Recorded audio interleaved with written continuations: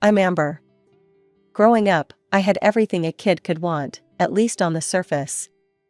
Our big house in the suburbs was always spotless, thanks to my stay-at-home mom's obsessive cleaning. Dad brought home the big bucks as some hotshot engineering exec. My little brother Jake and I went to the fanciest private school in town. But all that glitz and money couldn't make up for what was missing: my parents' love and attention. From the day Jake was born, it was clear he was the golden child. Mom and Dad fawned over his every move, while I faded into the background. When Jake started playing hockey at age 5, you'd have thought he'd just won Olympic gold from how our parents reacted. "That's our future NHL star," Dad would crow to anyone who'd listen. "Mark my words, Jake's gonna be the next Gretzky." Meanwhile, I'd be sitting there with my straight-A report card, not even warranting a good job, kiddo. But hey, that's life when you're the less-loved child, right? As the years went by, Jake's hockey obsession only grew, fueled by our parents' relentless push for him to succeed. They poured obscene amounts of money into the best gear, private coaches, and elite summer camps. Jake lived and breathed hockey, his entire identity wrapped up in being the next big thing. Don't get me wrong, I loved my brother. Jake was a good kid, even if he could be a brat sometimes. It wasn't his fault our parents put him on such a pedestal. But as I watched him lace up those $500 skates while I was still wearing hand-me-downs, I couldn't help but feel a twinge of resentment. Little did I know, those feelings would only intensify in the years to come. As I headed off to college and started building my own life, Jake's hockey career would continue to dominate our family dynamic. But I'm getting ahead of myself. Let's back up a bit.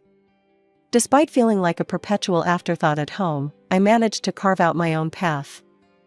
I busted my ass in school and landed a spot at a great college, studying interior design. It was my passion, the one thing that was truly mine, not tainted by Jake's shadow. College life was a whirlwind of new experiences and freedom. I threw myself into my studies, determined to make the most of this opportunity to forge my own path. The constant weight of being the less favored child seemed to lift a little with each passing day away from home. I rarely called my parents, and when I did, the conversations were brief and superficial. It wasn't until my junior year that I got a real update on what was happening back home, and it wasn't pretty. "Amber, you won't believe this nonsense," Mom huffed during one of our infrequent calls. "Jake's coach is being completely unreasonable. He's barely letting Jake play." I rolled my eyes, thankful she couldn't see me through the phone. "Oh, what's going on? Your brother is 16 now, and suddenly he's not getting the ice time he deserves. We've invested so much in his training, and now he's just warming the bench. Your father and I have tried talking to the coach, even the team owner, but they won't listen." Time marched on, and before I knew it, I was donning my cap and gown, ready to graduate. As I scanned the crowd for my family, I spotted them easily. They were the ones looking distracted and checking their phones every few minutes. After the ceremony, I made my way over to them, diploma in hand and a proud smile on my face. "Congrats, sweetie," Dad said, giving me a quick hug. "Listen, we can't stay long. Jake's got a big game tonight, and we promised we'd be there early to talk strategy with his coach." I watched them hurry away, my graduation gown suddenly feeling heavy on my shoulders. Same old story, different day. A few months later, I was settled into my new apartment and starting my dream job as an interior designer. I loved every minute of it, the creativity, the challenge, the satisfaction of seeing a space transform under my vision. One evening, as I was sketching out ideas for a client, my phone buzzed with a text from Mom. "Jake's contract wasn't renewed. He's devastated. Your father's looking for an agent to find him a new team. Please call your brother, he won't talk to anyone." I stared at the message, a mix of emotions swirling in my chest. Part of me felt bad for Jake, I knew how much hockey meant to him. But another part, a part one wasn't proud of, felt a twinge of satisfaction. Maybe now my parents would realize that there was more to life than hockey. I didn't call Jake that night. Or the next. I told myself I was too busy with work, but deep down, I knew I was avoiding the drama. It was easier to stay focused on my own life, on building the career I'd always dreamed of. Weeks turned into months. I heard snippets from my parents about Jake's ongoing search for a new team, about the agents and trials and constant disappointments. But it all felt distant, like news from another world. I threw myself into my work, taking on more clients and pushing myself to new creative heights. My designs were getting noticed, and I was building a solid reputation in the field. Just when I'd resigned myself to focusing solely on my career, love came knocking in the form of Eric. We met at a client's housewarming party. He was the charming guy who spilled red wine on the pristine white carpet I'd so carefully selected. As I helped him clean up the mess, we got to talking, and before I knew it, we'd spent the entire evening in our own little bubble. Our relationship blossomed quickly. Within 6 months, we were practically inseparable. By our first anniversary, we decided to move in together. Those 2 years of cohabitation were filled with laughter, love, and the kind of domestic bliss I'd always envied in others, but never thought I'd have for myself. On my 25th birthday, Eric took me out for what I thought was a simple celebratory dinner. As we strolled through the park after our meal, he suddenly dropped to one knee, pulling out a small velvet box. As Eric slipped the gorgeous ring onto my finger, I felt a surge of joy, and then a familiar pang of anxiety. How would my parents react? Would they even care? To my surprise, when I called to share the news, my parents seemed genuinely excited. They insisted on meeting Eric right away, and even offered to host a dinner for us. I was cautiously optimistic as we drove to my childhood home that weekend. The dinner started off well enough. My parents welcomed Eric warmly, and for once, I felt like the center of attention. But as the main course arrived, the conversation took an all too familiar turn. "So, Eric," my dad said, refilling his wine glass, "did Amber tell you about her brother Jake? He's quite the hockey player, you know." I felt my heart sink as my parents launched into a detailed account of Jake's latest attempts to revive his hockey career. Eric, bless him, tried to steer the conversation back to our engagement several times, but it was like trying to stop a runaway train. Despite this, the evening ended on a positive note.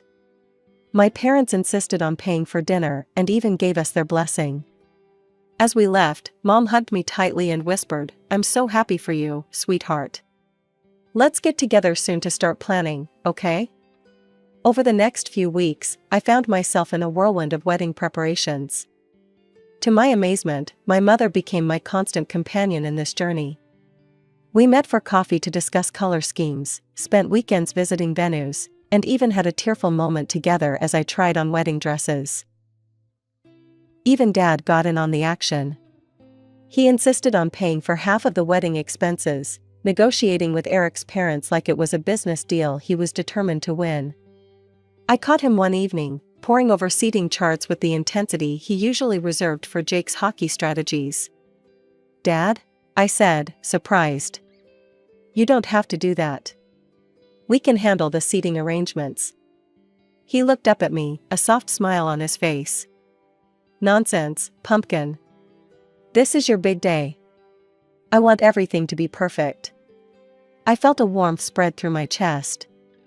This was all I'd ever wanted, to feel like I mattered to my parents, to be the focus of their attention and love.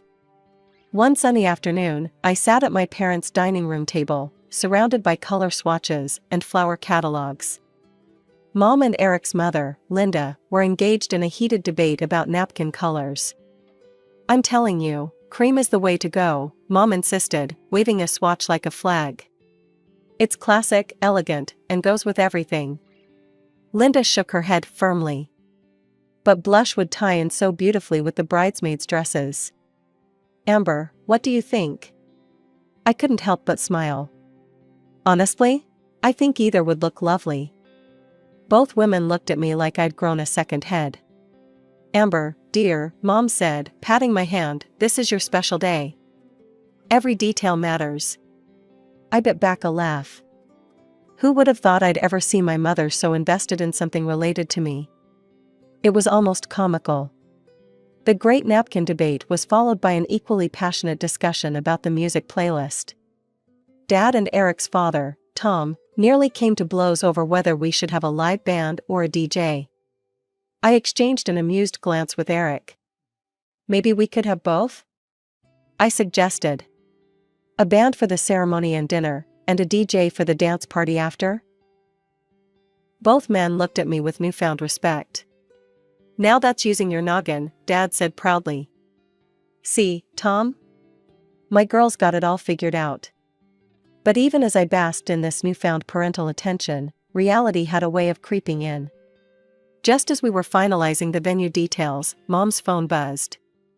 Her face lit up as she read the message. Oh, this is wonderful news. Jake's got a tryout with a team in Calgary next week. And just like that, the spell was broken. That's great, I said, trying to keep the disappointment out of my voice. We'll need to reschedule our cake tasting, Mom said, already typing furiously on her phone. Your father and I need to fly out with Jake. This could be his big break. This became a recurring theme over the next few weeks. For every wedding plan we managed to nail down, there was a Jake-related interruption. A venue walkthrough was cancelled because of Jake's crucial training session. A meeting with the florist was cut short when my parents had to rush Jake to a last-minute interview with a scout.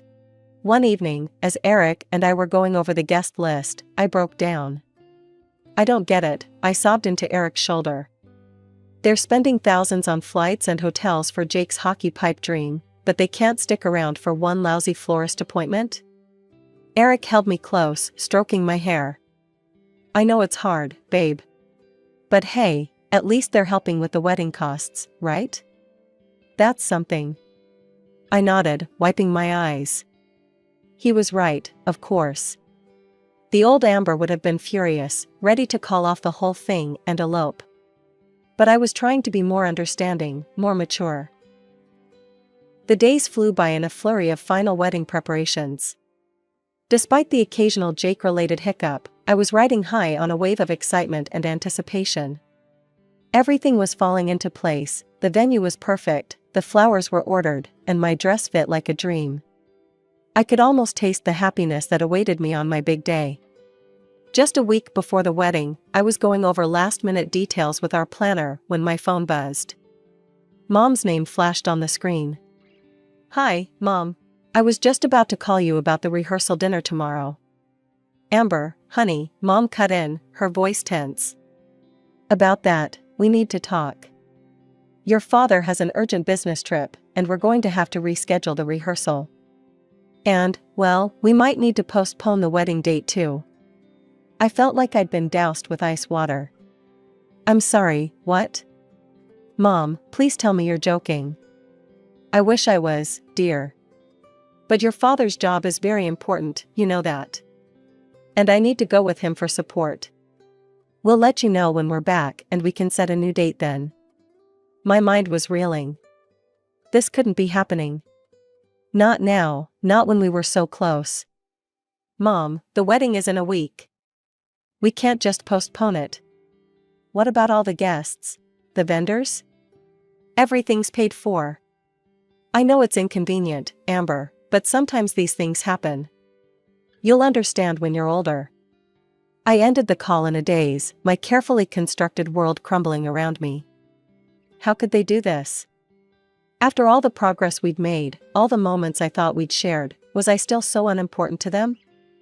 Eric found me an hour later, curled up on our bed, tears streaming down my face. I poured out the whole story, my words punctuated by sobs. We spent the next few hours brainstorming solutions. Could we postpone? What would it cost? Could we do it without them? Nothing felt right. As night fell, I found myself mindlessly scrolling through social media, seeking any distraction from the chaos in my head. That's when I saw it, a post from Jake that made my blood run cold. Eastern Europe, here I come. Can't wait to show these European clubs what real hockey looks like. Thanks Mom and Dad for always having my back. This is gonna be my big break, I can feel it. The pieces clicked into place with sickening clarity. There was no business trip.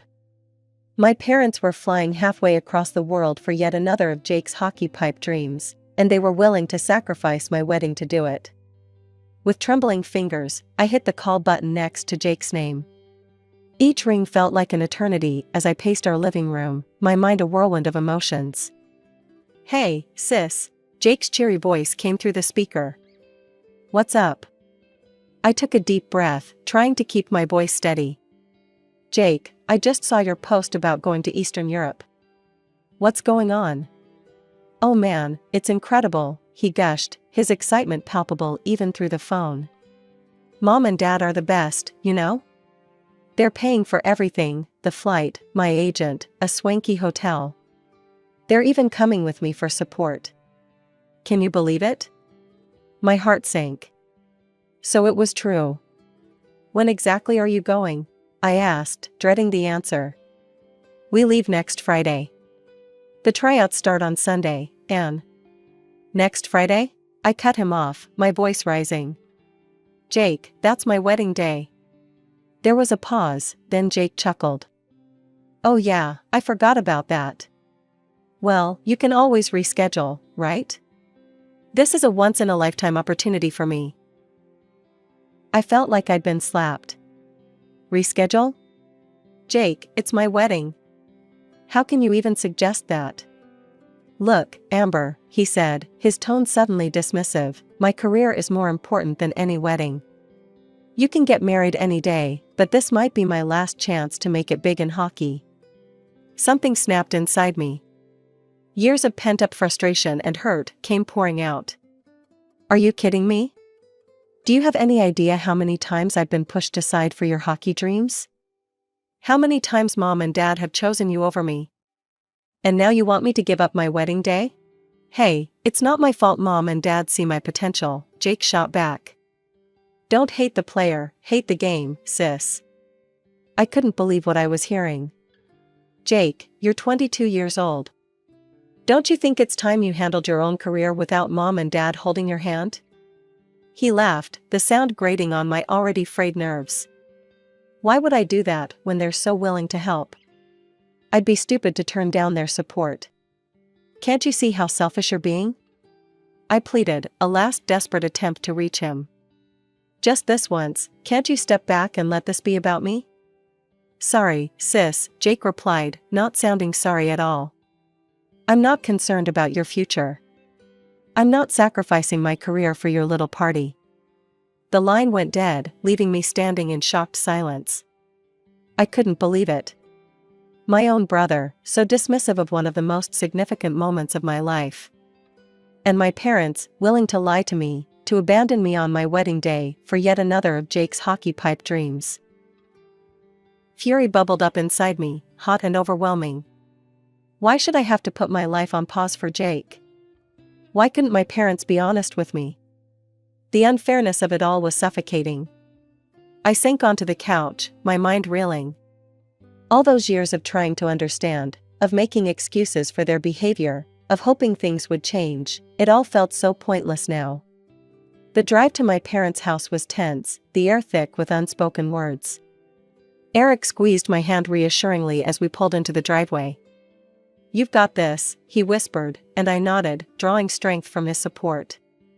Mom answered the door, her smile faltering as she took in our serious expressions. "Amber, Eric, what a surprise. Come in, come in." We found Dad in the living room, engrossed in what looked suspiciously like flight bookings on his laptop. He quickly closed it as we entered. "Mom, Dad," I began, my voice steadier than I felt, "we need to talk about the wedding. And about Jake's trip to Europe." Their faces fell, guilt flashing across their features before they composed themselves. "What about Jake?" Dad asked, feigning innocence.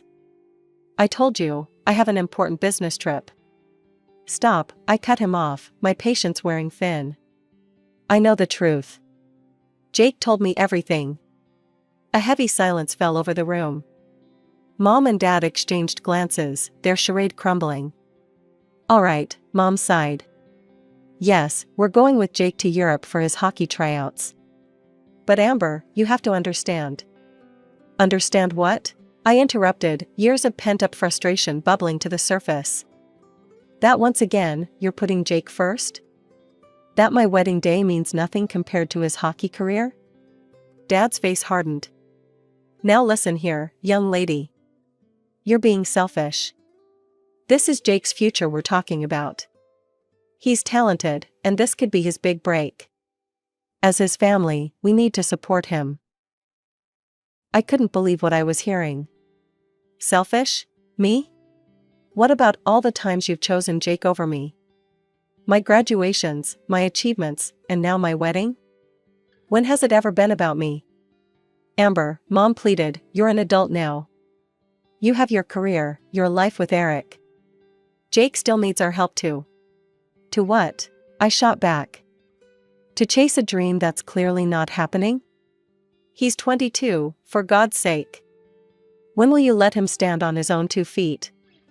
The room fell silent again, my words hanging in the air. Then, I took a deep breath and made my decision. I'm not canceling or postponing the wedding. If you choose not to be there, that's on you. I'm done putting my life on hold for Jake's ambitions. My parents stared at me, shock evident on their faces. Then Dad's expression darkened. Now you listen here, he growled, jabbing a finger in my direction. We're paying for half of this wedding. You'll do as we say, or we'll cancel every payment we've made. You can't afford this wedding without us. I felt Eric tense beside me, ready to jump to my defense, but I squeezed his hand, silently asking him to let me handle this. Actually, Dad, I said, my voice calm despite the storm of emotions inside me, we can. Eric and I are prepared to take out a loan to cover your half. We'll pay you back in full for every cent you've spent. The next week was a whirlwind. We went ahead with the wedding rehearsal, the bachelor and bachelorette parties, all the final preparations. Through it all, a small part of me kept hoping that my parents would come to their senses, that they'd show up and apologize. They didn't.